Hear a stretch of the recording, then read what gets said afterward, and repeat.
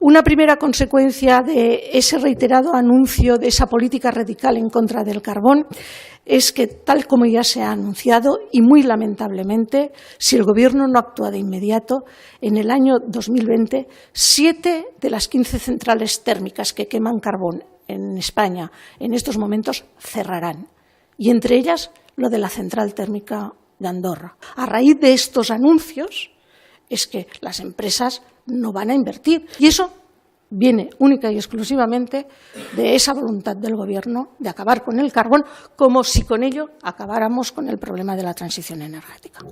El argumento que ha puesto el Gobierno sobre la mesa, el Gobierno del señor Sánchez y sobre todo la ministra de Transición Energética, es que hay que acabar con la contaminación atmosférica. Pero muchas veces olvidamos que, si bien es verdad que el carbón contamina, si no se adoptan las medidas tecnológicas que existen para disminuir estas emisiones, lo más contaminante en estos momentos para el medio ambiente sigue siendo el transporte y sigue siendo la automoción. Lo que vamos a hacer es presentar una iniciativa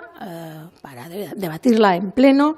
que busca como objetivo fundamental que el Gobierno de Aragón solicite al Gobierno de España que se impulse un pacto de Estado para la transición energética en el que se incluyan las medidas legislativas, los cambios legislativos que sean necesarios para garantizar eso que vienen diciendo de una transición energética justa y coherente con los territorios, con la economía y con la sociedad. Y de momento lo que ha hecho el Gobierno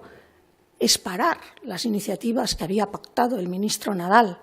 con los sectores implicados, que buscaban precisamente el que las empresas eléctricas no tuvieran la decisión última sobre si se cierran o no se cierran las centrales nucleares, o ha frenado, y por eso lo pedimos, el acuerdo que había para impulsar un nuevo plan del carbón.